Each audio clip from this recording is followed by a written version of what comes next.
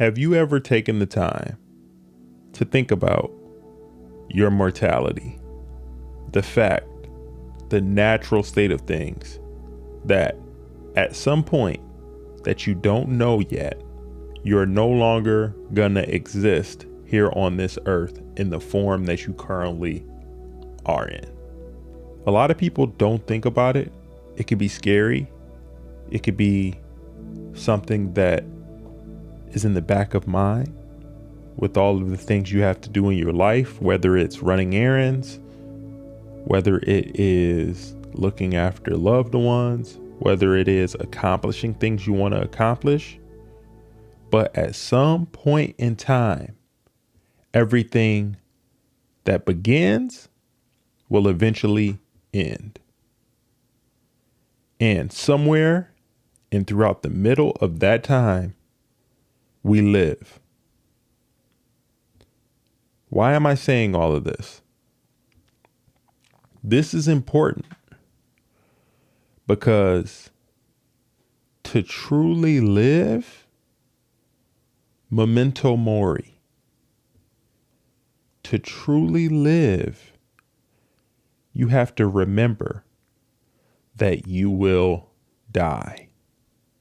We are all flesh and bone. We are all living our lives, going through the day-to-day things that we're doing. But every day that passes, you're closer to your eventual end. I don't say this in a way to frighten you, to make you feel scared about what's going to happen. This is actually something, if you give me the time, which is going to be beneficial to you. Because what I've been studying when it comes to personal growth, development, focusing on the present and not the external factors and the outside things that are happening in your life, Stoicism. The Stoics, the Greek philosophers, they put a high priority on just what I'm talking about. Embracing your mortality. Because if you can embrace your mortality and you can no longer fear it, you can recognize and you can have gratitude and appreciate each day, each moment, each hour, each minute, each second that you live, because you know today you will never live today again. This is actually a gift that they realized and that they noticed way back then.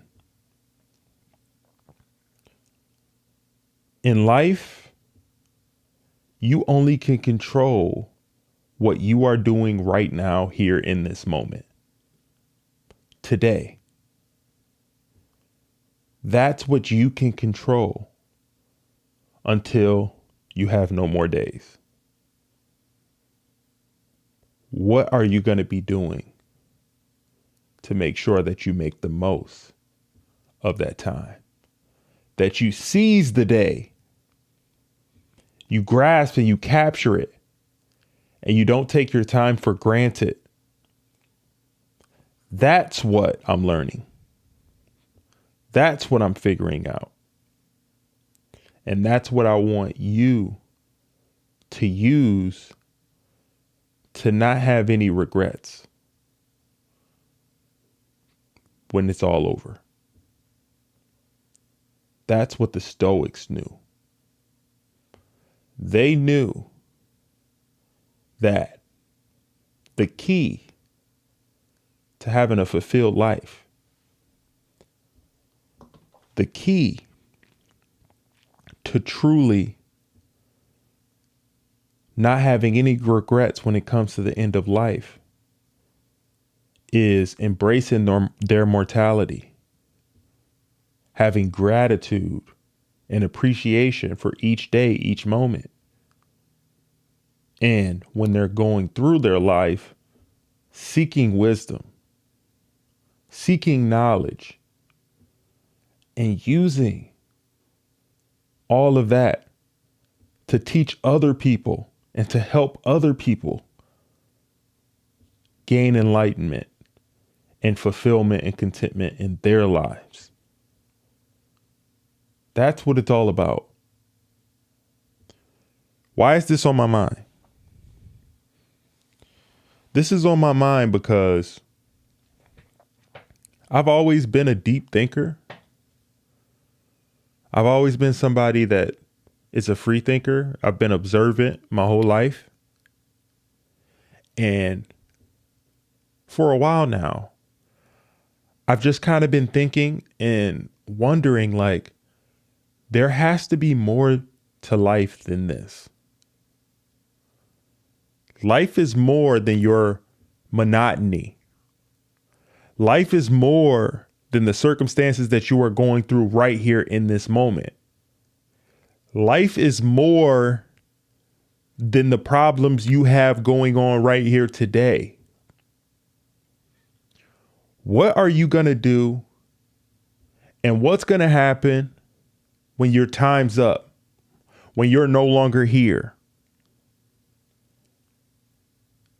Will you leave an impact beyond only what you want?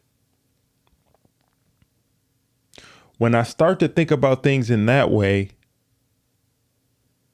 I start to feel some regret. I start to feel some regret when I think about a lot of the desires and things that I've had in my life that have just simply solely been based on what I want to accomplish, what I'm feeling, what I want to do with my life, where I want to go. Because you know what? When it's all said and done, and when my time has come, you know what's going to be one of the least important things I'm starting to realize? The problems and the things that I'm thinking about right here in this moment. How do I get beyond that? And you want to know what the answer to that is?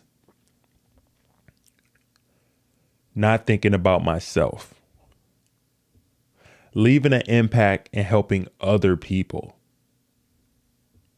Being gracious and having gratitude for each day that I have, each moment that I have. And when you put things into perspective like that, you can have true joy in your life, fulfillment. And I'm saying all of this to say, guard and protect your mind. Make sure that you are appreciative of your time. Because your time, more so than anything, is a resource that you can never, ever get back. And I think a lot of people don't recognize that. A lot of people don't recognize that it's a privilege to be able to be alive. And once you embrace that you are mortal, that we are mortal, and we're in this journey of life together, we can reach out and be appreciative of what we have in front of us and try to leave the world better than we left it. My name is Monte Lee. I am the host of the Karat Juice podcast. This is episode number 80. And at the Karat Juice podcast, we observe society. We digest it. And through the nuance of it all, we attempt to progress forward. I don't claim to have all the answers, but it's my intention here in this episode to give you some perspective, some insight, and some lessons that I've been learning around why it's important to embrace your mortality, to live, to truly live.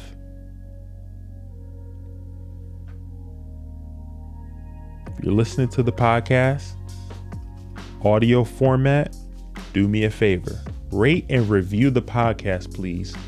5-star on Apple Podcasts or Spotify. It really helps me out. And if you're on Facebook, YouTube, or any other platform that you're listening to this episode, do me a favor as it helps out. Engage with the content. Write me a question if you have one. Like the video, subscribe to the channel, hit the notification bell, and select all so you get notified anytime I drop a piece of content. If I'm adding value to you, great. If you dislike it, dislike the video. It's okay. I appreciate you taking the time, and I want to honor your time for you even taking the time to listen to this program.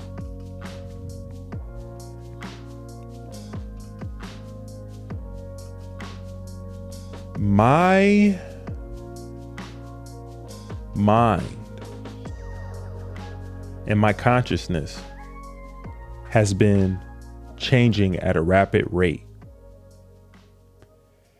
And my journey when it comes to personal development really started to take off when I faced adversity in my life. A lot of people have had all different types of things that they've went through in their lives. But when I was down on my luck, when I was laid off, when I didn't know when I was going to get my next meal, when I didn't know where my next check was going to come from, or if I was going to get evicted or not, that's when I had to think in the moment and in the present. And it was one of the greatest gifts that I've ever experienced in my life.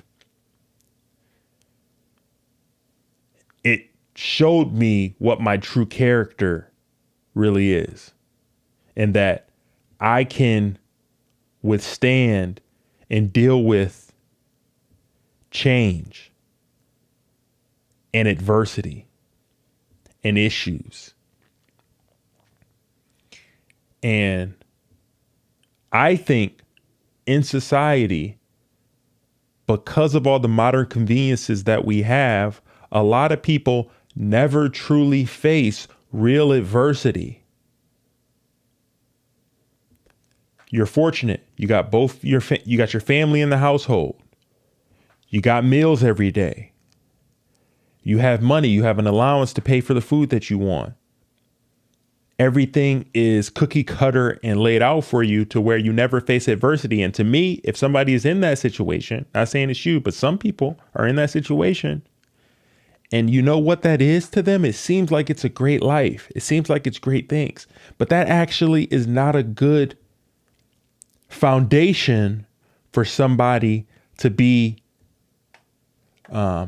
prepared for real life. You need to look at life like this. The obstacles that you have, the adversity, the challenges that you have, you look at them as an opportunity. The adversity that you're facing right here in this moment is an opportunity for you to test yourself, to challenge yourself, to grow as a person. If you have that mentality with whatever it is that you're going through, that's how you can become unbreakable. That's how nothing at all in this world can keep you down. I want you to be unbreakable because you have mental strength. And that all comes from Stoicism. Focusing on what you can control and not worrying about all the outside factors. My life has been changing. I want your life to change. I want you to get better outcomes out of life. And I know if this reaches one person who needs it, I've fulfilled and completed my purpose and my intention for this episode. The topic of this episode is centered around mortality. And I asked my audience if they feared death. And a lot of people said no. And some people said yes, they do. But I'll be honest with you, before I really dove deep into the information that I've been studying when it comes to Stoicism, I would say that, yes, I've had a deep fear of death because I want to accomplish things. I want to make an impact. I want to leave a legacy. And I think that's a natural feeling to have. But the more I study Stoicism, the more I'm starting to realize that you should not fear death. Marcus Aurelius, he said, you should not fear death. I want to get the quote exactly right and not misquote him. Let me get it pulled up. Great Roman emperor and great Stoic philosopher. He said this, Marcus Aurelius. He said, it is not death that a man should fear, but he should fear never beginning to live. That hit home with me because if you get caught up in worrying about things you can't control, about when your demise is going to come or when you're going to no longer be on this earth as a mortal, you can get lost in that because you have no control when you really think about it on when that's going to happen. And you could get lost in the worry and the doubt and the possible regrets if you're not mindful that one day that's going to happen. And from the time that I have now leading up to when I go, what am I going to do about it is what you need to think about. Because regret comes from not fulfilling or not doing what you can here in this moment until that date, that expiration date. That's where true regret comes from, not doing what you could in the time that you've had. Because the Stoics believed that if you live a life where you build your character, you seek knowledge, you seek wisdom, you teach others, and you live according to your code and your purpose, when you eventually go, you will have a good death. You will not leave anything on the table. No bullets in the chamber, figuratively speaking. You let it all out there. You left it all out in the field for my sports fans. Leave it all out on the field. Ask yourself, did I do everything that I can or I could have today to reach what I want to reach or do what I want to do? Let me rephrase that a little bit. You have to think about it like this. Marcus Aurelius, he also had another quote that I'm very fond of, and he said this: let each thing you would do,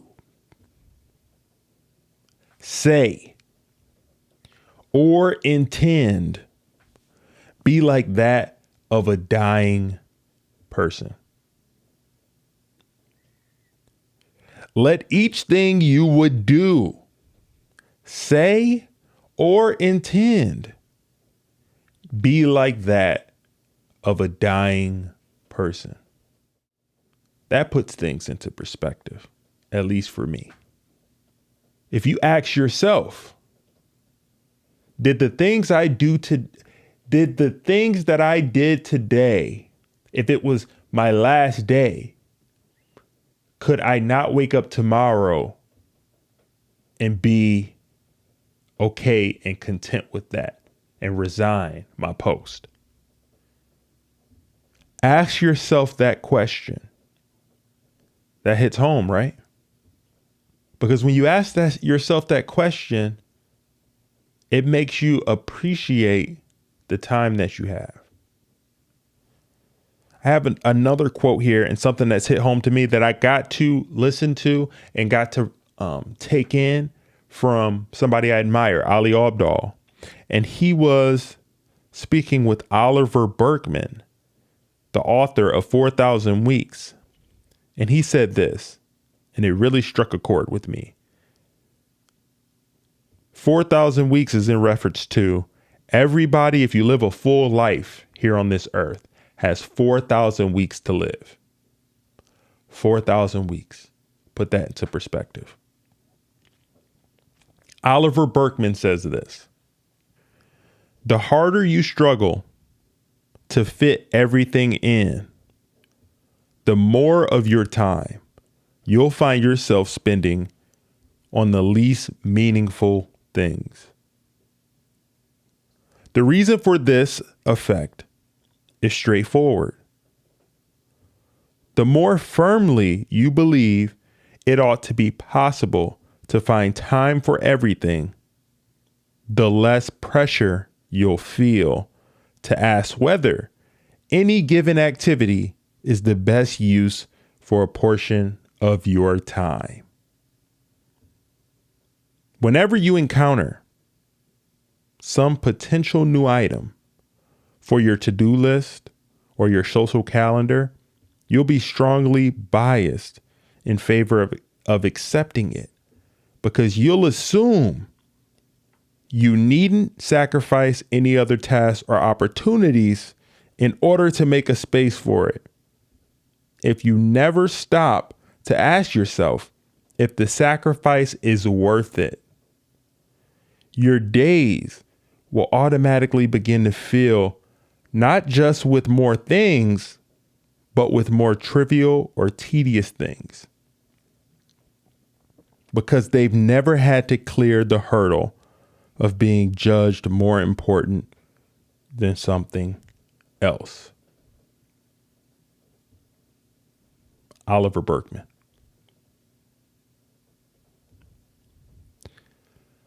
I found that important because I think what puts the fog over us, what blinds us in our day-to-day lives, is the menial task. It's the monotony. It's the routine. It's going through your day-to-day things that you do, whether it's commuting to work, completing tasks, speaking to people just kind of willy-nilly and not really thinking about what you're saying. Small talk.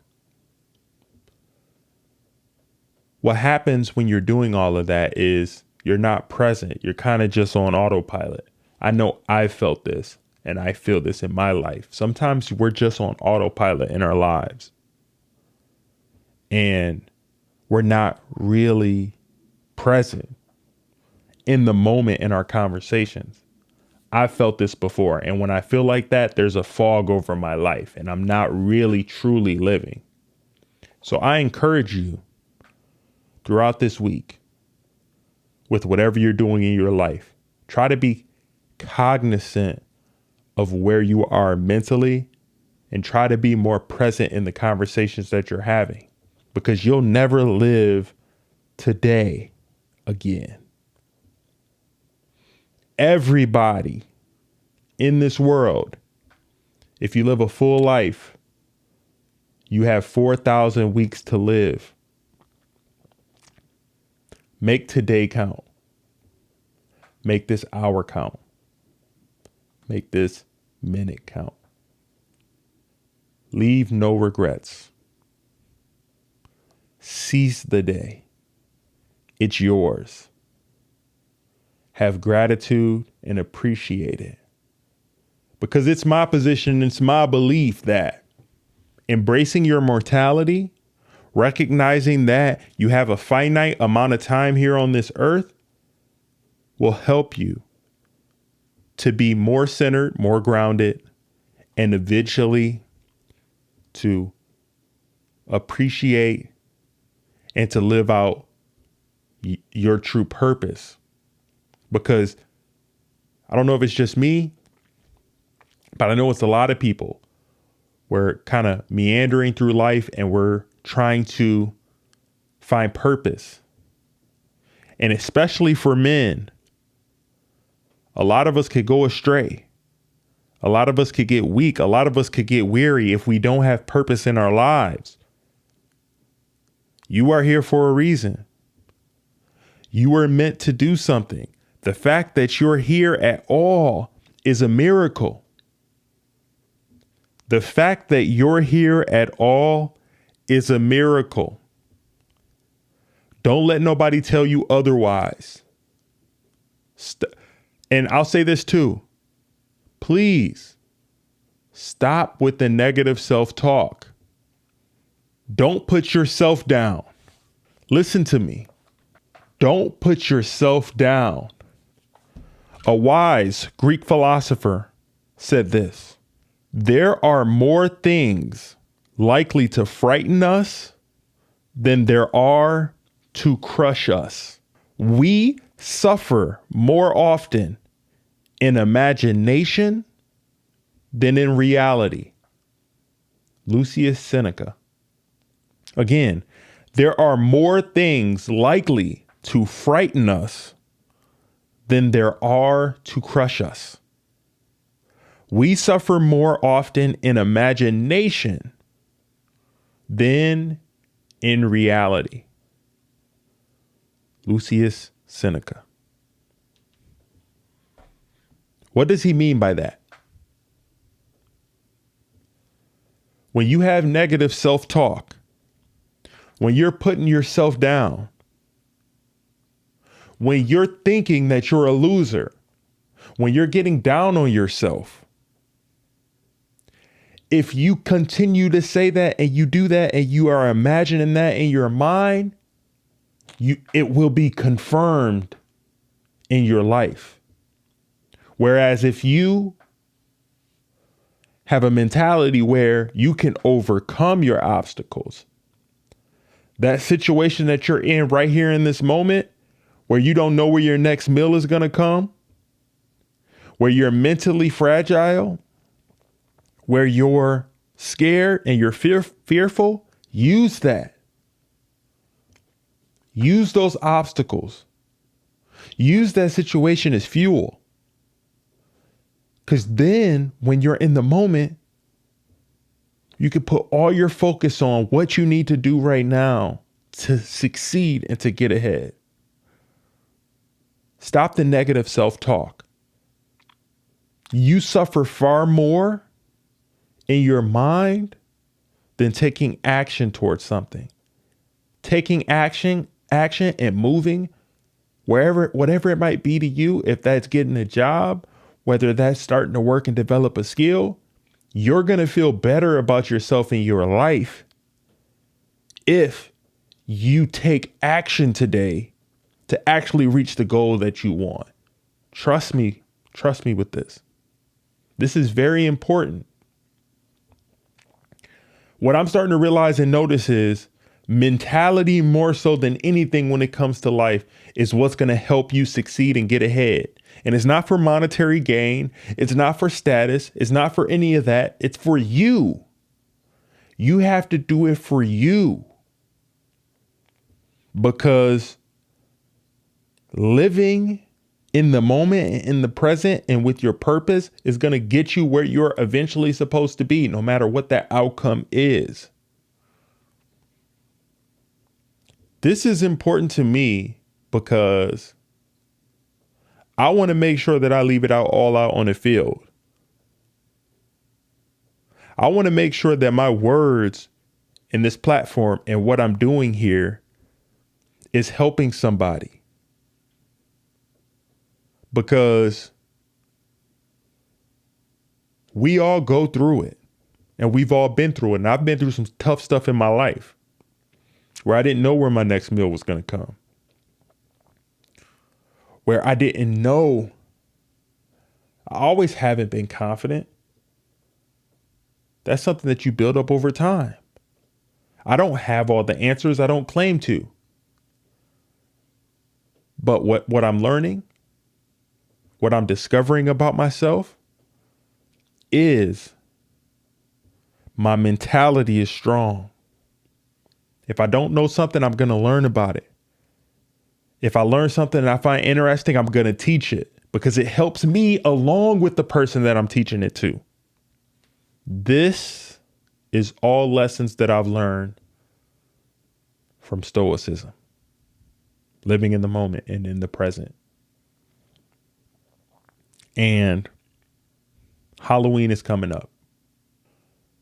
I know a lot of people are going to be going out and, having good times with their friends and everything and eating candy.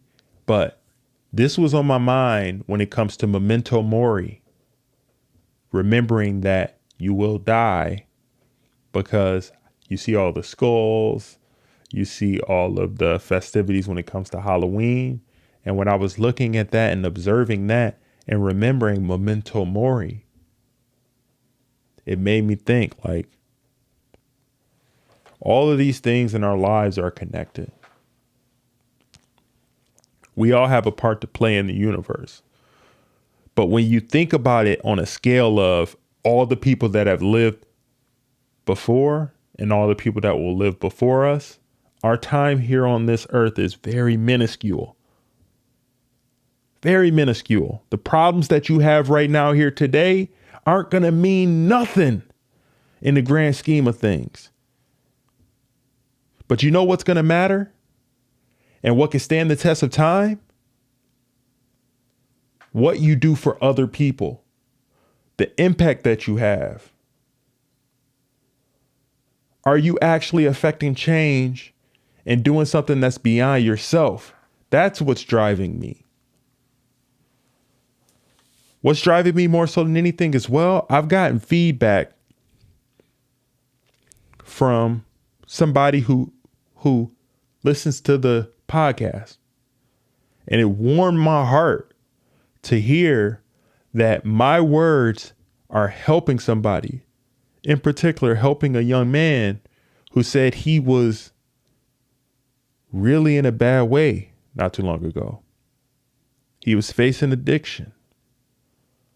He's currently without a home, homeless. But he reached out to me and he said, I appreciate you for what you do. Thank you for putting out the content. I'm sitting down here right now at a fast food restaurant, watching your videos, and what you're doing and saying here on this platform is helping me push through. That's all the confirmation that I need here. I've always said from the beginning, if I can help one person increase and develop their mentality, then that's enough for me. And all I want to say is I appreciate you. You know who you are. Keep pushing. Keep grinding. Take it one day at a time. And if you have that approach, you cannot fail.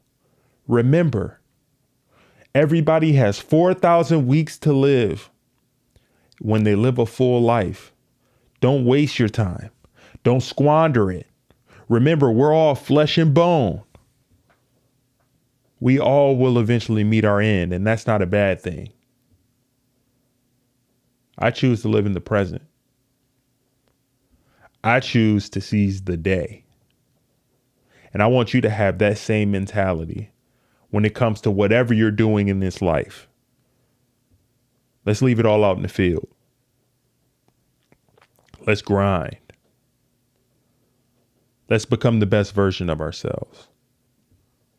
And I also want to make sure that I say this. Mental health is real. It's the fall season. People are isolated. Reach out to your friends. Reach out to your people. Some people don't show it, don't say it, but are going through some things. Reach out to your brothers. Reach out to your sisters. Reach out to your family, your friends. And make sure that you check on people and you don't just think about your own self-interest. I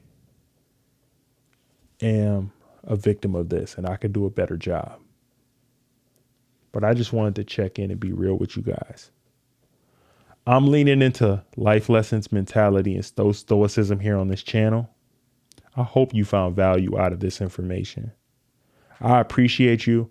I appreciate anybody that's listening right now to the podcast episode. I appreciate you for taking the time, so much of the precious time you have to listen to me speak on this topic. And I hope I made it worthwhile for you. Rate and review the podcast, please, as it helps me. 5-star, 5-star, 5-star on Apple Podcasts or Spotify or wherever you consume podcasts. And if you're watching on YouTube, Facebook, or wherever platform, like it, subscribe to the channel, and hit the notification bell so you get notified anytime I drop a piece of content. Like I say every time on the Carrot Juice podcast, I want you to love someone. I want you to hug someone. Do something good for someone, not expecting anything in return. And until we speak again, peace. We are gone.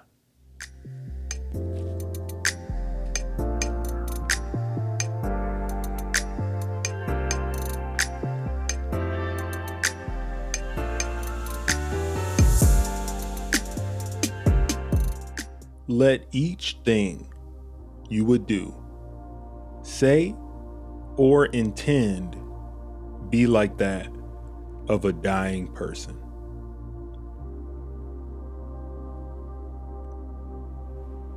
Death is neither a good nor a bad thing. For that alone, which is something, can be a good or a bad thing. But that which is nothing and reduces all things to nothing does not hand us over to either fortune. Because good and bad require some material to work upon. Fortune cannot take a hold of that which nature has let go. Nor can a man be unhappy if he is nothing.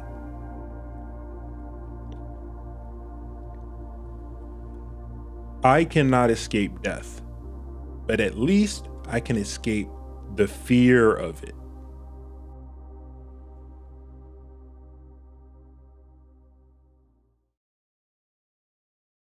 Very well. What further concern have I? For my part has been fulfilled. The business belongs to someone else. That is the helmsman. But more than that, the ship goes down. What then have I to do? What I can. That is the only thing I do. I drown without fear, neither shrieking nor crying out against God, but recognizing that what is born must also perish.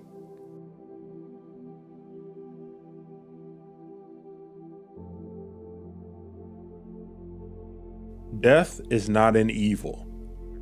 What is it then? The one law mankind has that is free of all discrimination.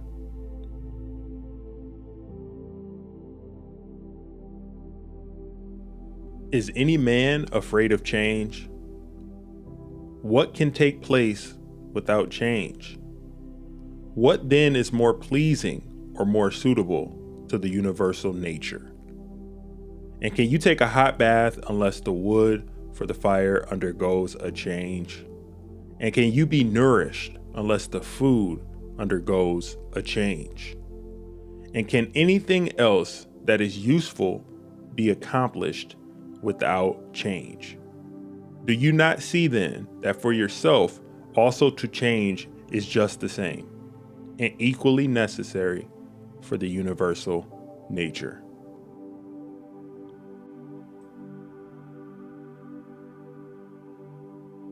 It is not death that a man should fear, but rather he should fear never beginning to live.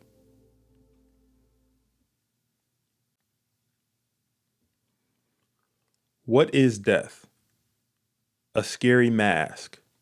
Take it off. See, it doesn't bite. Eventually, body and soul will have to separate, just as they existed separately before we were born. So why be upset if it happens now? If it isn't now, it's later. Stop whatever you're doing for a moment and ask yourself, am I afraid of death because I won't be able to do this anymore?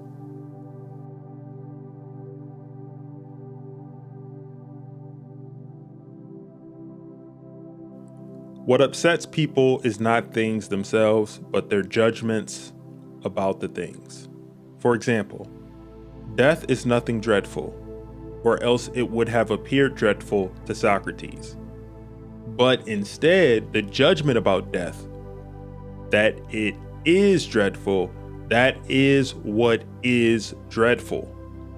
So, when we are thwarted or upset or distressed, let us never blame someone else, but rather ourselves. That is, our own judgments. An uneducated person accuses others when he is doing badly.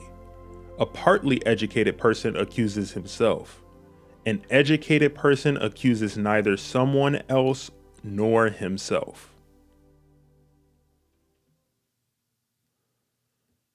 No evil is honorable, but death is honorable.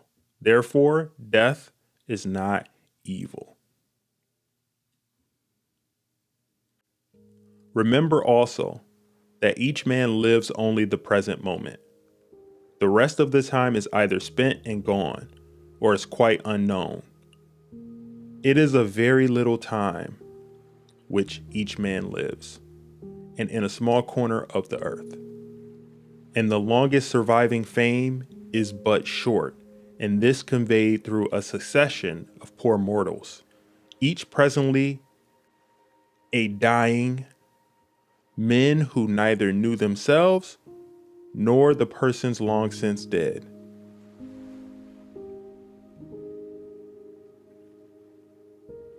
When the longest and shortest lived of us dies, their loss is precisely equal. For the sole thing of which any of us can be deprived is the present.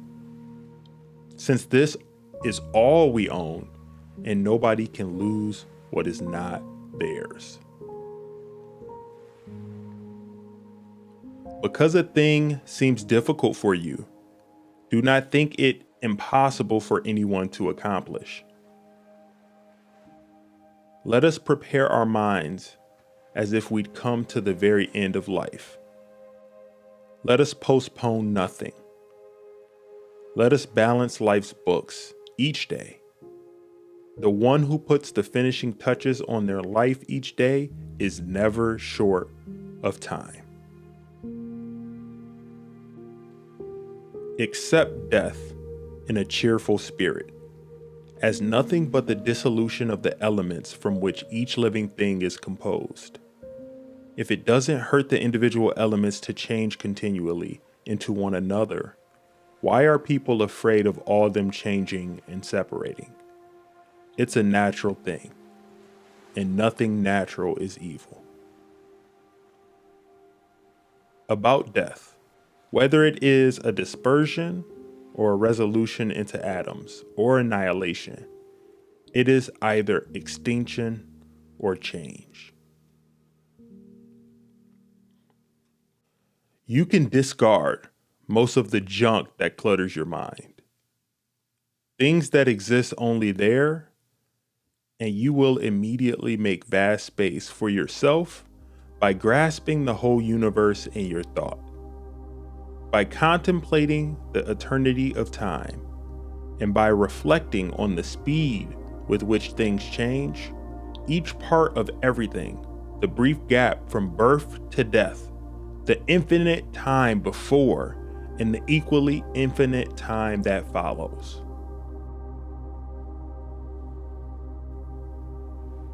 When you wake up in the morning, tell yourself, the people I deal with today will be meddling, ungrateful, arrogant, dishonest, jealous, and surly.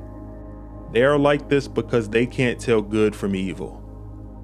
But I have seen the beauty of good and the ugliness of evil, and have recognized that the wrongdoer has a nature related to my own, not of the same blood and birth, but the same mind and possessing a share of the divine. And so none of them can hurt me. No one can implicate me in ugliness, nor can I feel angry at my relative or hate him. We were born to work together, like feet, hands, and eyes, like the two rows of teeth, upper and lower. To obstruct each other is unnatural. To feel anger at someone, to turn your back on him, these are unnatural.